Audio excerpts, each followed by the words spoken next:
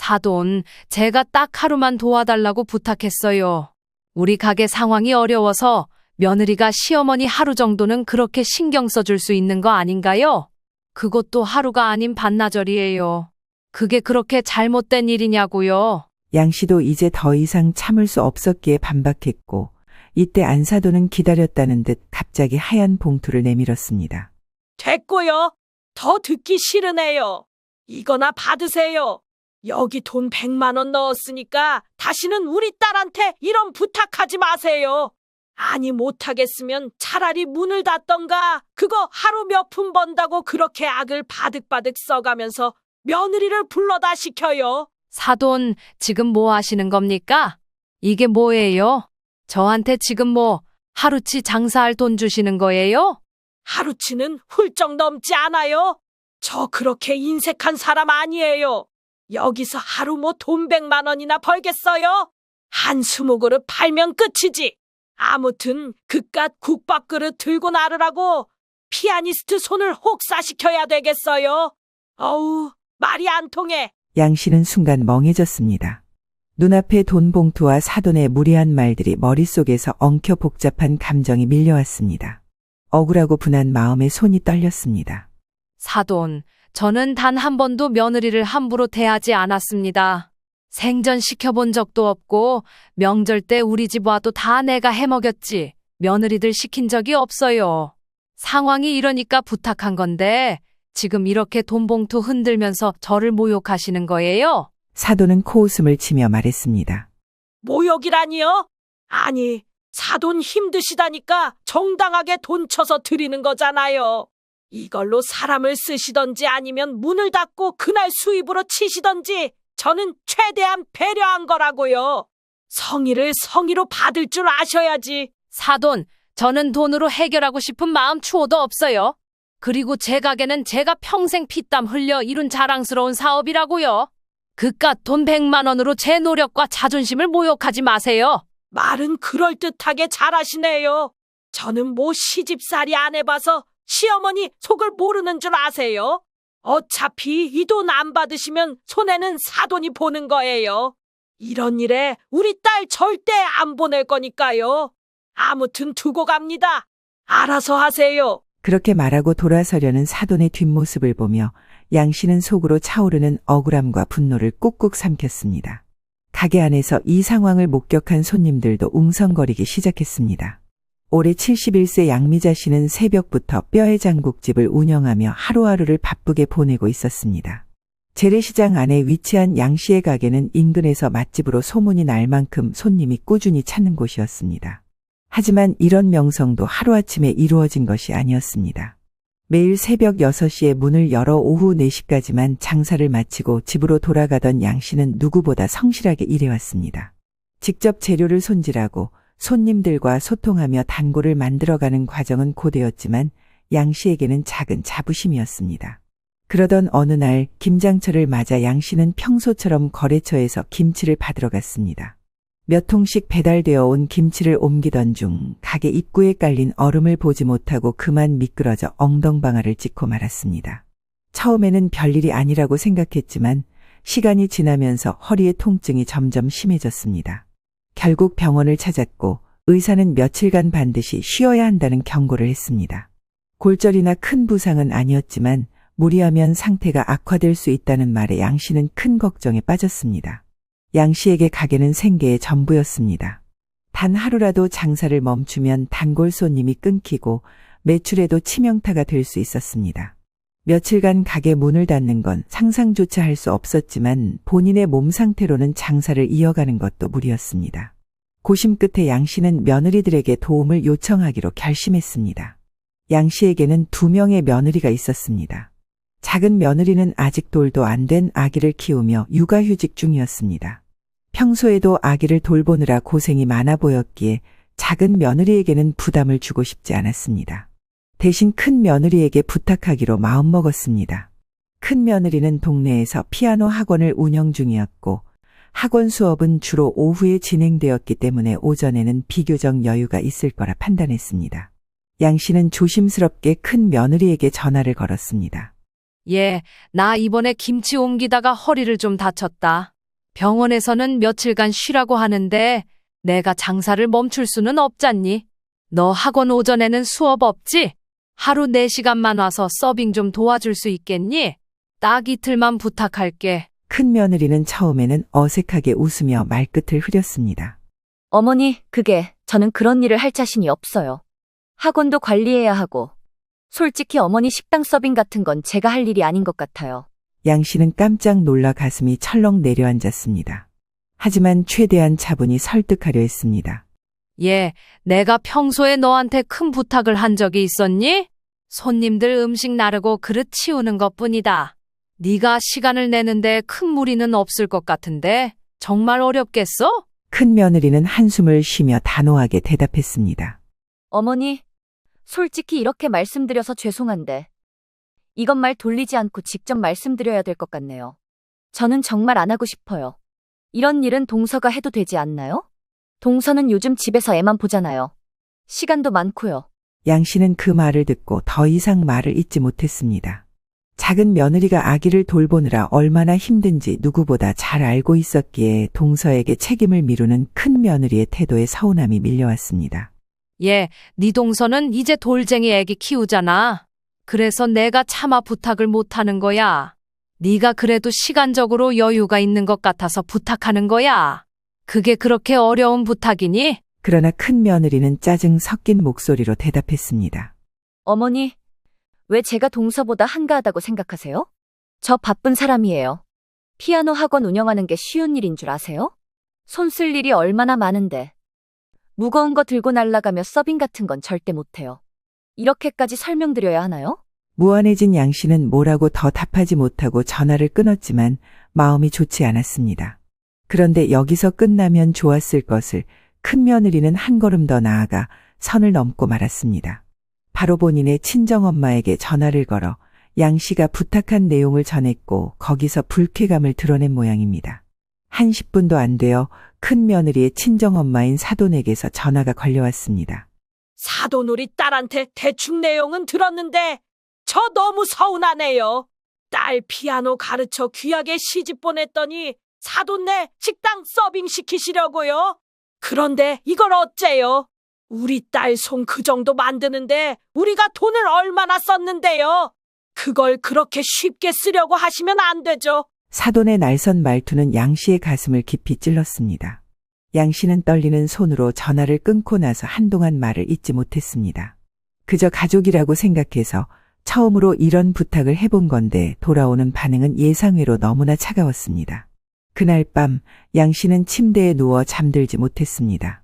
큰 며느리에게 부탁했던 자신이 잘못된 선택을 한 것인지 자꾸만 자책하게 되었습니다. 게다가 이 나이에 이렇게 누군가에게 야단맞듯 한 소리를 들어본 적이 없다 보니 괜시리 서름이 밀려왔습니다. 양 씨는 결심했습니다. 큰 며느리와는 다르게 믿을 수 있는 작은 며느리에게 도움을 요청해보기로 말입니다.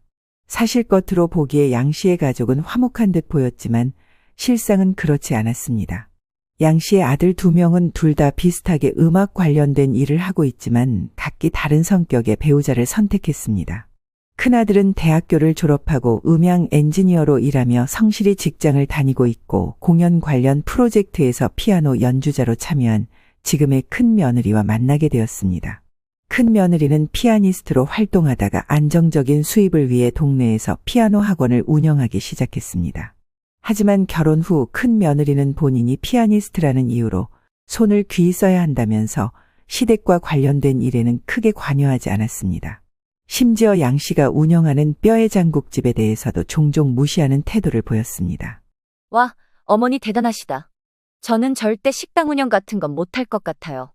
고기 냄새도 그렇고 몸도 많이 힘들잖아요. 제가 이런 종류 고기들을 잘 못 먹거든요.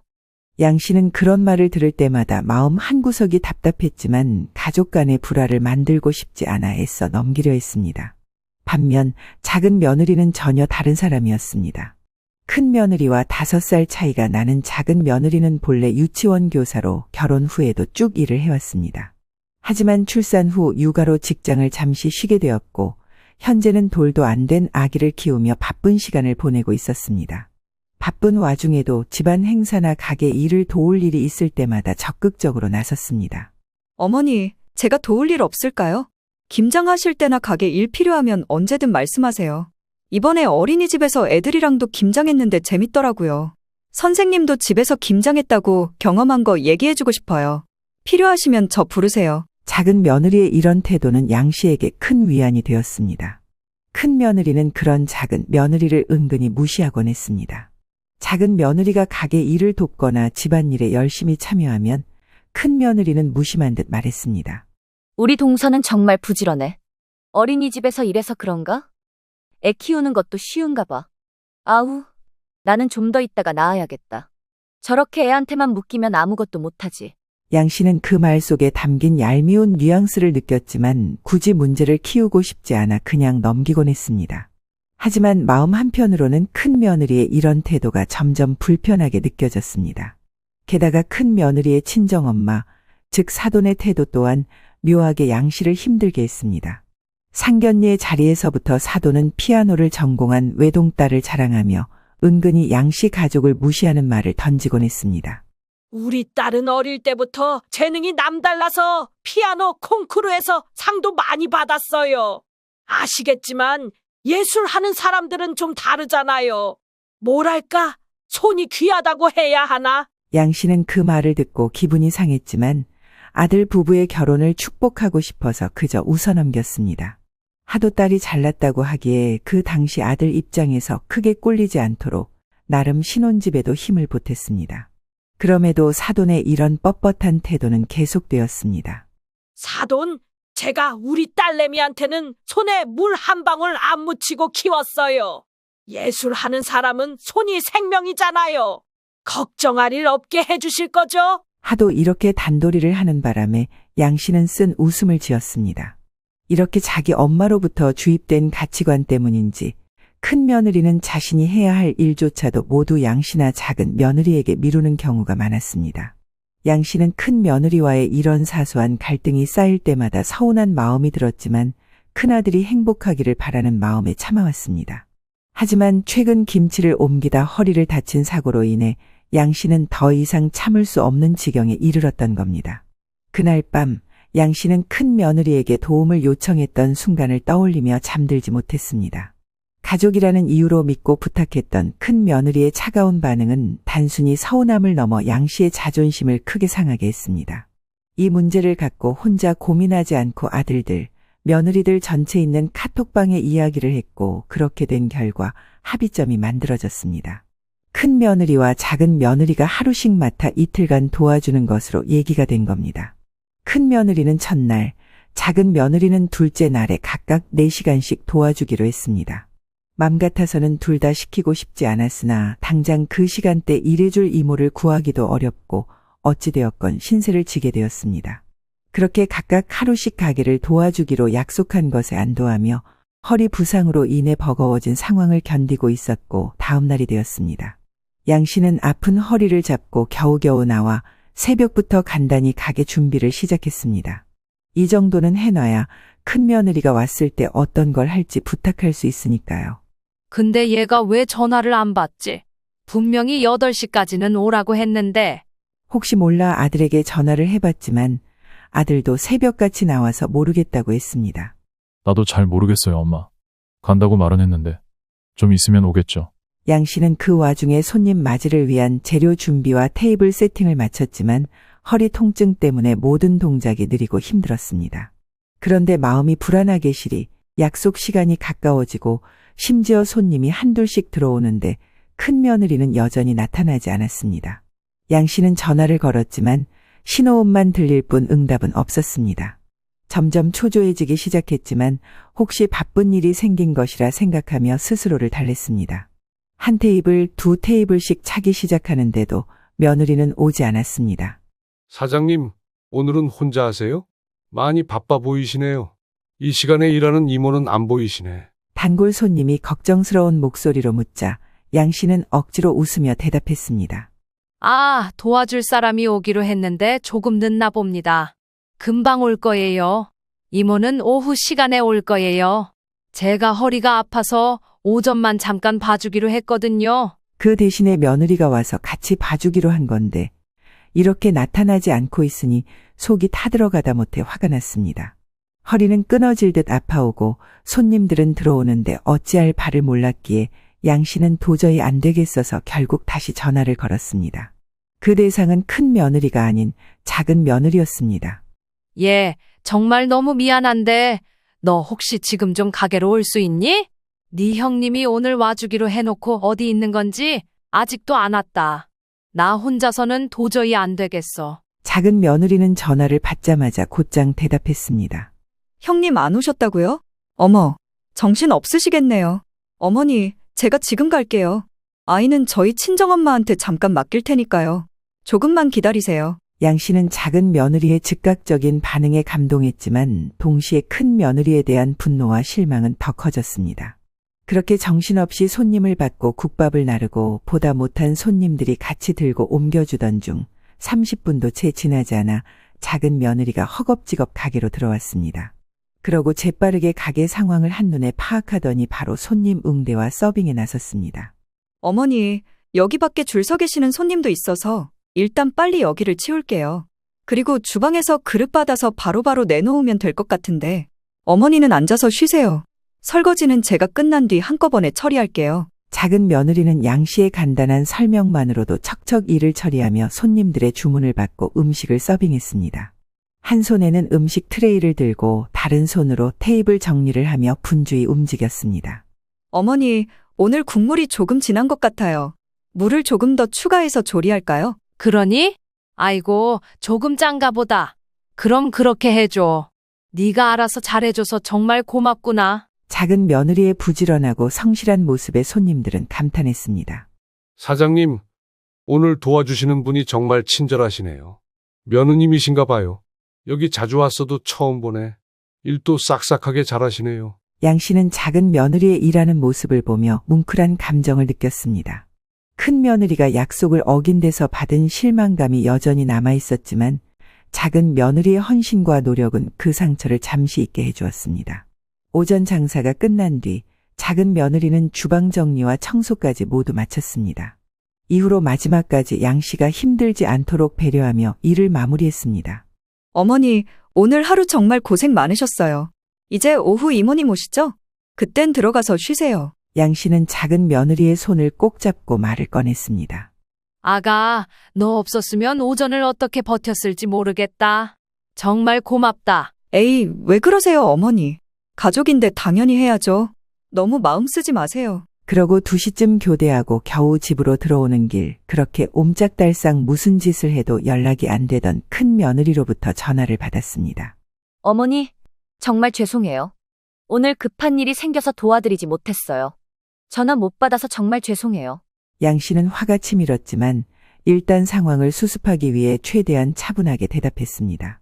그래, 너도 사정이 있었던 거겠지. 하지만 오늘은 정말 힘들었다. 내일은 반드시 와줘야 한다. 오늘처럼 펑크 내면 안 돼. 내가 지금 몸이 너무 힘들어서 내일은 잠깐 나갔다 들어갈 거야. 알겠어? 그런데 큰 며느리는 미묘하게 불만스러운 목소리로 대답했습니다. 알겠어요, 어머니. 그런데 제가 이런 일을 계속할 수는 없어요. 내일까지만 도와드릴게요. 우선 잘 알겠습니다. 양 씨는 깊은 한숨을 내쉬며 대답했습니다. 그래, 내일은 반드시 와야 한다. 약속 꼭 지켜야 한다. 전화를 끊고 양 씨는 깊은 피로감과 서운함을 느꼈습니다. 작은 며느리의 헌신적인 태도와는 달리 이렇게 하나부터 10까지 계산적인 큰 며느리의 태도란 양 씨 마음에 깊은 상처를 남겼습니다. 그나마 작은 며느리와 함께한 하루를 떠올리며 어느 정도는 위로가 되었던 것입니다. 그런데 이런 기분을 만끽할 새도 없이 다음날 사건이 크게 터져버렸습니다. 이 사건들을 연달아 겪으면서 양 씨는 차라리 허리가 아예 난리가 나버리는 게 낫지 정신적으로 이렇게 힘든 상황이 되다니 기가 막힐 따름이었습니다. 일단 다음날 아침이 되었고 양 씨는 큰 며느리가 제 시간에 올 거라 믿으며 새벽부터 가게를 준비했습니다. 작은 며느리가 전날 모든 일을 도와주었기에 큰 며느리가 와서 약속을 지킨다면 오늘 하루도 무사히 넘길 수 있으리라 생각했습니다. 약속 시간이 되자 드디어 큰 며느리가 도착했습니다. 그러나 문을 열고 들어오면서부터 표정이 굳어 있었고 짜증이 섞인 목소리로 말을 꺼냈습니다. 어머니, 저 정말 이 일이 내키지 않아요. 하지만 약속했으니까 하루는 도와드릴게요. 거듭 말씀드리지만 오늘 말고 더 이상은 힘들어요. 저 진짜 힘들게 시간 뺐어요. 양 씨는 이때부터는 점점 기분이 불쾌해져 굳이 대답하지 않았습니다. 큰 며느리는 이 부분까지 마음에 들지 않았던지 이후로 더 틱틱대며 서빙을 시작하면서도 불만을 드러냈습니다. 그러고 기어이 사고를 쳐버린 겁니다. 트레이를 들고 테이블로 가던 큰 며느리는 입이 대빨 나와서는 튀어나온 테이블 사이를 짜증스레 지나가더니 그만 국밥을 손님 테이블에 쏟아버렸습니다. 아니, 뭐 하는 거예요? 제정신이에요? 이게 뭐야? 어머, 죄송해요. 이런 제가 실수를 했네요. 진짜 죄송해요. 이거 어떡해요, 어머니? 양 씨는 깜짝 놀라며 서둘러 다가갔습니다. 얘야, 조심해야지. 테이블에 다 엎질러졌잖아. 손님, 정말 죄송합니다. 바로 새 국밥을 준비해 드릴게요. 손님은 당황하며 테이블을 닦았고 다행히 옷까지는 튀지 않았으나 얼굴에는 불쾌함이 가득했습니다. 처음 오신 분인가? 이런 일이 익숙치 않으신 것 같은데 조심 좀 하세요. 여러 사람 잡으시겠네요. 네? 저 여기 처음 온 거 맞아요. 이런 일 안 해봤고 앞으로도 할 일 없어요. 당황한 양 씨는 얼른 며느리를 주방 안으로 불러들였으나 불만이 많은지 틱틱거리며 대꾸했습니다. 어머니, 제가 이런 일에 익숙하지 않아서 그래요. 제가 이쪽 일 안 맞다고 얼마나 말씀드렸어요. 피아노를 치던 손으로 이런 일을 하니까 실수가 나오는 거죠. 얘야, 누구나 처음엔 실수할 수 있어. 일단 와 있는 동안에는 너도 신경 써서 해줘야지. 큰 며느리는 여전히 대꾸하지 않았고 이날의 가장 큰 문제가 곧 터지게 되었는데요. 이건 바로 단골 손님과의 다툼에서 벌어졌습니다. 가게를 자주 찾는 단골 중 한 명이 서빙하는 큰 며느리에게 국밥 한 그릇을 더 요청했는데 큰 며느리가 무심하게 대답한 것이 화근이었습니다. 여기요, 국밥 하나 더 주세요. 곧 사람이 또 올 거라서 깍두기도 좀 더 많이 주시고요. 아, 조금만 기다리세요. 지금 주문이 밀려서. 정신없는데. 이따 다시 말해주세요. 네? 뭘 이따 다시 말해요. 지금 말했으니까 메모해두면 되잖아요. 아니, 저 지금 바쁘다고요. 천천히 좀 말해주세요. 뭐 어쩌라는 거야. 순간 단골 손님은 당황스러운 표정으로 큰 며느리를 바라보며 불만을 표했습니다. 아니 이거 참, 이 가게에서 이런 태도는 처음이네요. 늘 친절하게 대해주시던데 오늘은 왜 이렇게 퉁명스러운 거죠? 제가 뭐 잘못했나요? 전 여기서 원래 일하던 사람이 아니니까요. 그냥 오늘 하루 도와주러 온 거고요. 너무 많은 걸 바라지 마세요. 이 말을 들은 단골 손님은 화가 나서 목소리를 높였습니다. 뭐라고요? 네 참, 말 같지 않아서 이런 말까지 듣고 밥 먹기 싫네요. 다른 날 다시 올게요. 주문 취소해 주세요. 양 씨는 그 상황을 목격하고는 급히 다가가 중재하려 했습니다. 정말 큰 며느리 때문에 시간이 왜 이렇게 길게 느껴지는지 잠깐 주방에 앉아 있을 새도 없었습니다. 손님, 정말 죄송해요. 저한테 말씀해 주세요. 네? 저기 하나 더라고 하셨죠? 같이 준비해 드릴게요. 하지만 이미 화가 난 손님은 불쾌한 표정을 감추지 못한 채 테이블을 박차고 나가버렸습니다. 이 모든 상황이 겹치며 양 씨는 큰 며느리에게 심각하게 얘기해야겠다고 마음먹은 와중에 적반하장도 유분수지 큰 며느리가 스스로 폭발해버렸습니다. 저 그만 가보면 안 될까요? 어머니 금방 가신다더니 계속 계시는 걸 보니? 제가 여기 왜 있는지 모르겠어요. 별로 도움도 안 되는 것 같은데 그만 가볼게요. 어우, 고기 냄새. 진저리가 나네 진짜.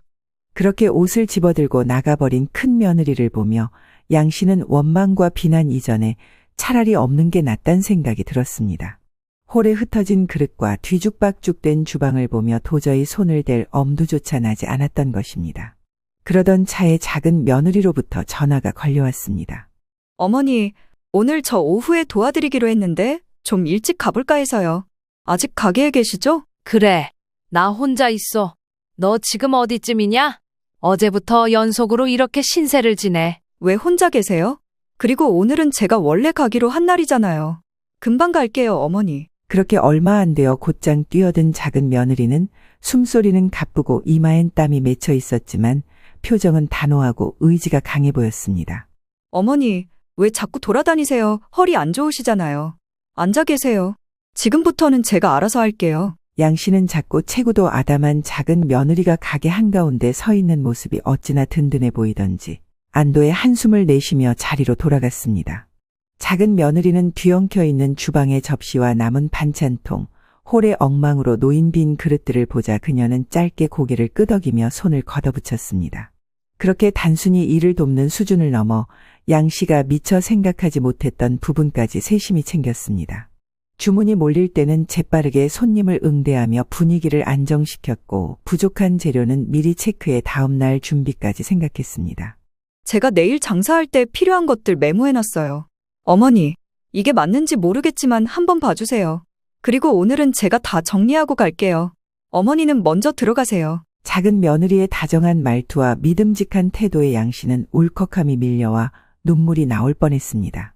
마음속 깊은 곳에서부터 치밀어 오르는 고마움은 말로 다 표현할 수 없을 정도였습니다.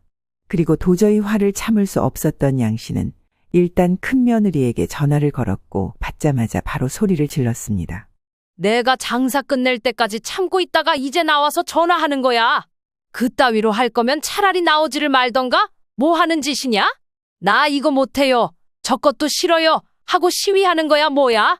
아니 정당히 노동해서 벌어먹고 산다는데 귀한 손이 어딨고 안 귀한 손이 어딨냐? 어머니 왜 갑자기 화를 내고 그러세요? 일단 제가 약속은 지켰잖아요. 애초에 못하겠다는 사람 끌어다 놓고 일 시키신 게 누군데요? 너 나이가 40을 먹었으면 어지간한 일은 책임질 줄 알아야 하는 거야. 네 시애미 가게를 그따위로 만들어 놓고도 전화 한 통 없어? 죄송하다는 소리 한마디도 없어. 그러고도 아주 고귀하고 우아하게 납셔서 좋겠다. 양 씨는 정말 생전 처음으로 누군가에게 이렇게 거칠게 소리를 질러봤습니다. 애지간하면 큰 며느리와의 일은 조용히 덮고 넘어가려 했지만 생각할수록 화병이 나서 숨이 헐떡거렸고 큰 며느리를 어떻게 하면 좋을지 대책이 없었던 겁니다. 그렇게 할 말만 하고 전화를 확 끊어버린 뒤 택시를 타고 집으로 들어와 워낙 요 며칠 무리를 해서 그런지 정신없이 양 씨는 잠에 빠져들었습니다. 그리고 다음 날이 되어 이날은 일찍이 이모들이 온다고 하기에 잠깐 살펴만 보러 나갔습니다. 그런데 돌연 가게 문이 벌컥 열리더니 큰 며느리의 친정엄마, 즉 안사돈이 성큼성큼 걸어 들어오는 것입니다. 갈색 모피코트를 길게 걸치고 들어오는 순간부터 코를 찡그리더니 양 씨와 눈이 마주치자마자 괴팍하게 소리를 질렀습니다. 아, 사돈 거기 계셨어요. 저기 우리 딸한테 대체 무슨 짓을 하신 거예요? 네? 사돈 그게 무슨 말씀이세요? 제가 뭘 어쨌다고 그러십니까? 사돈은 눈을 부릅뜨고 거침없이 말을 이어갔습니다. 우리 딸이 어제 사돈 가게 일을 도우러 나갔다가 그날 밤 얼마나 속상해했는지 아세요? 피아노 학원 운영하고 강의 준비하느라 바쁜 우리 딸을 이런 데서 고생시키고 제가 그렇게 말했잖아요. 얘한테 꾸준히 시키지 말라고요. 사돈, 제가 딱 하루만 도와달라고 부탁했어요. 우리 가게 상황이 어려워서 며느리가 시어머니 하루 정도는 그렇게 신경 써줄 수 있는 거 아닌가요? 그것도 하루가 아닌 반나절이에요. 그게 그렇게 잘못된 일이냐고요? 양 씨도 이제 더 이상 참을 수 없었기에 반박했고 이때 사돈은 기다렸다는 듯 갑자기 하얀 봉투를 내밀었습니다. 됐고요. 더 듣기 싫네요. 이거나 받으세요. 여기 돈 100만 원 넣었으니까 다시는 우리 딸한테 이런 부탁하지 마세요. 아니 못하겠으면 차라리 문을 닫던가. 그거 하루 몇 푼 번다고 그렇게 악을 바득바득 써가면서 며느리를 불러다 시켜요. 사돈, 지금 뭐 하시는 겁니까? 이게 뭐예요? 저한테 지금 뭐 하루치 장사할 돈 주시는 거예요? 하루치는 훌쩍 넘지 않아요. 저 그렇게 인색한 사람 아니에요. 여기서 하루 뭐 돈 100만 원이나 벌겠어요? 한 20그릇 팔면 끝이지. 아무튼 그깟 국밥그릇 들고 나르라고 피아니스트 손을 혹사시켜야 되겠어요. 어우, 말이 안 통해. 양 씨는 순간 멍해졌습니다. 눈앞에 돈 봉투와 사돈의 무례한 말들이 머릿속에서 엉켜 복잡한 감정이 밀려왔습니다. 억울하고 분한 마음에 손이 떨렸습니다.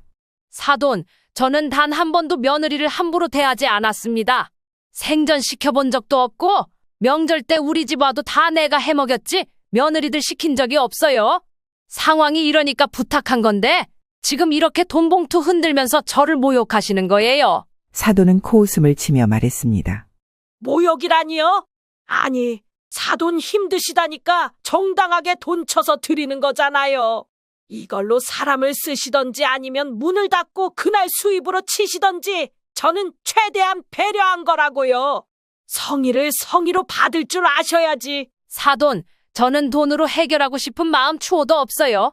그리고 제 가게는 제가 평생 피땀 흘려 이룬 자랑스러운 사업이라고요. 그깟 돈 100만 원으로 제 노력과 자존심을 모욕하지 마세요. 말은 그럴듯하게 잘하시네요. 저는 뭐 시집살이 안 해봐서 시어머니 속을 모르는 줄 아세요? 어차피 이 돈 안 받으시면 손해는 사돈이 보는 거예요. 이런 일에 우리 딸 절대 안 보낼 거니까요. 아무튼 두고 갑니다. 알아서 하세요. 그렇게 말하고 돌아서려는 사돈의 뒷모습을 보며 양 씨는 속으로 차오르는 억울함과 분노를 꾹꾹 삼켰습니다. 가게 안에서 이 상황을 목격한 손님들도 웅성거리기 시작했습니다. 그런데 그 순간 작은 며느리가 마침 가게로 들어왔습니다. 이미 입구에서 이 상황을 눈치챘던 건지 곧장 양 씨 옆으로 다가왔습니다. 어머니, 무슨 일이세요?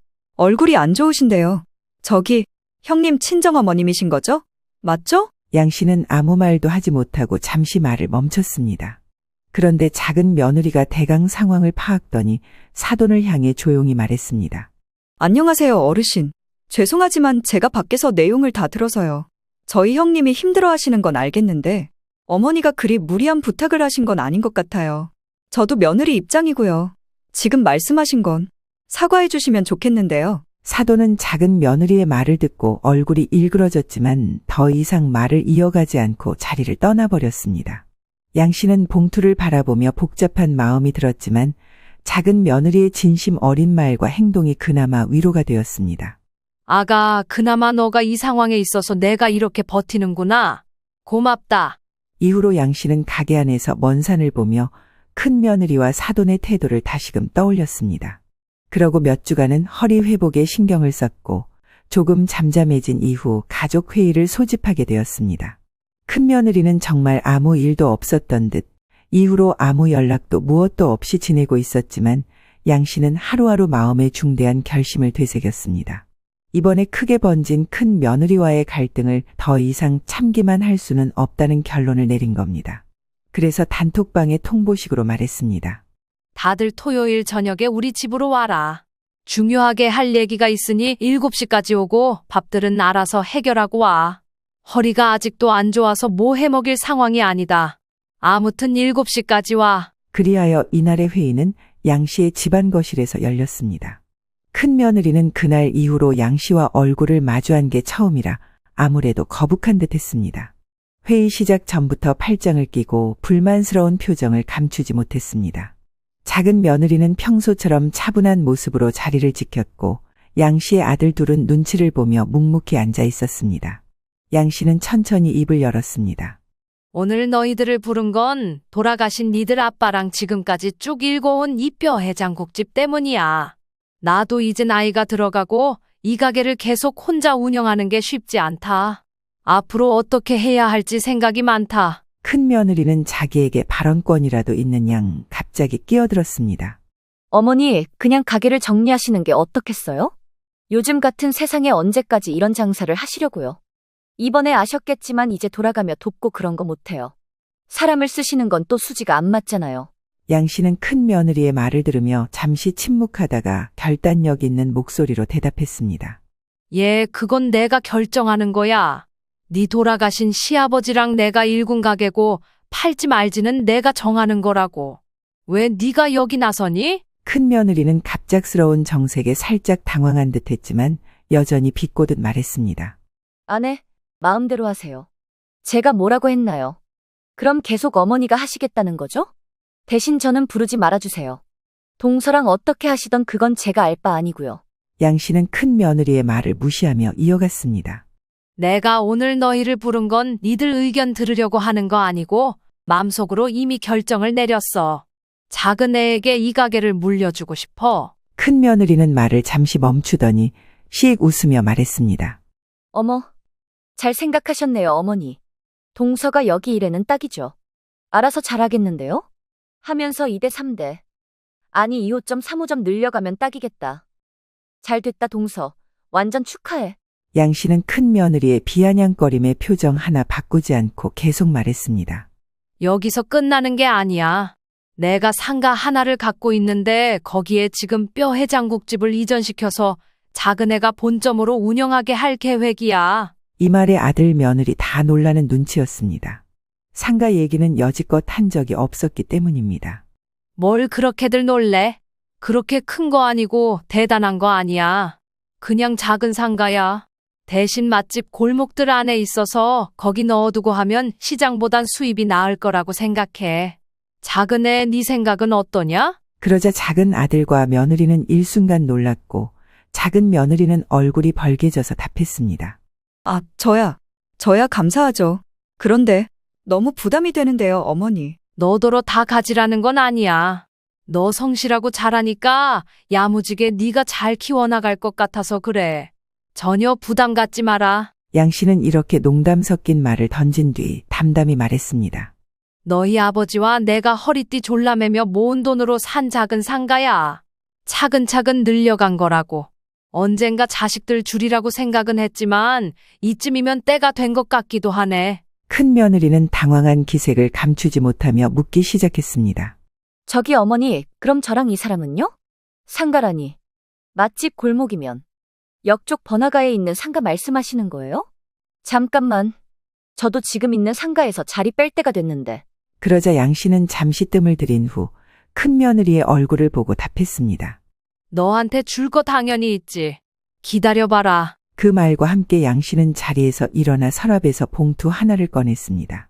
그 안에는 큰 며느리의 친정엄마 사돈이 보낸 100만 원이 들어있었습니다. 이거 받아. 네 친정엄마가 보내신 돈이다.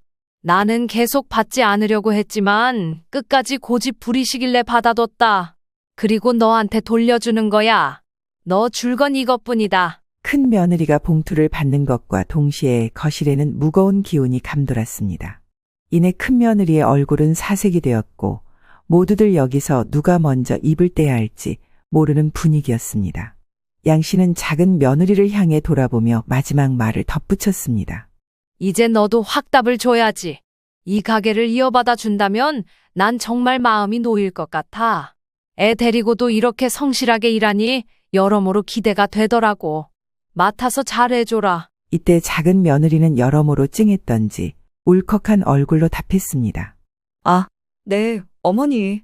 제가 잘할 수 있을지 모르겠지만 맡겨주신다면 최선을 다해보겠습니다. 정말 감사합니다. 양 씨는 작은 며느리의 손을 꼭 잡으며 고개를 끄덕였습니다.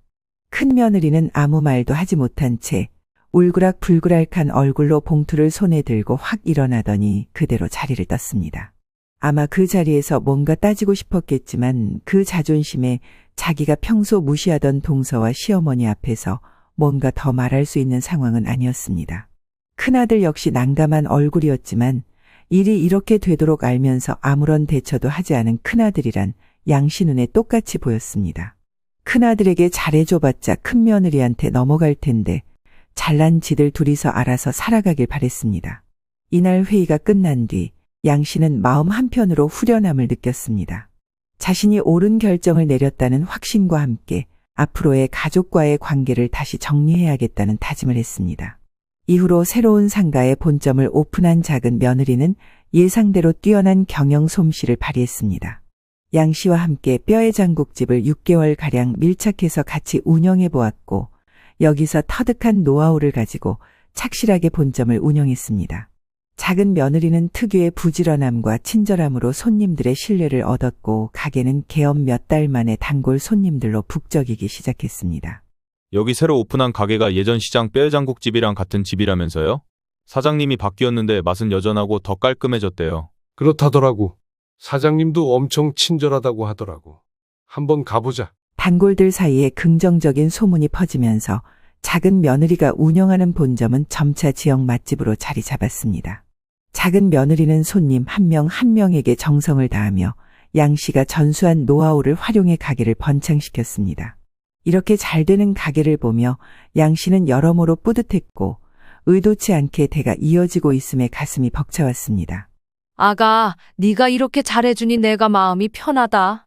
이제는 내가 없더라도 이 가게는 든든할 것 같구나. 저야말로 너무 감사해요. 국밥집은 우리나라 식당 중에서 진짜 만능인데 저도 어릴 때 아빠 따라다니면서 꽤 많이 먹었거든요.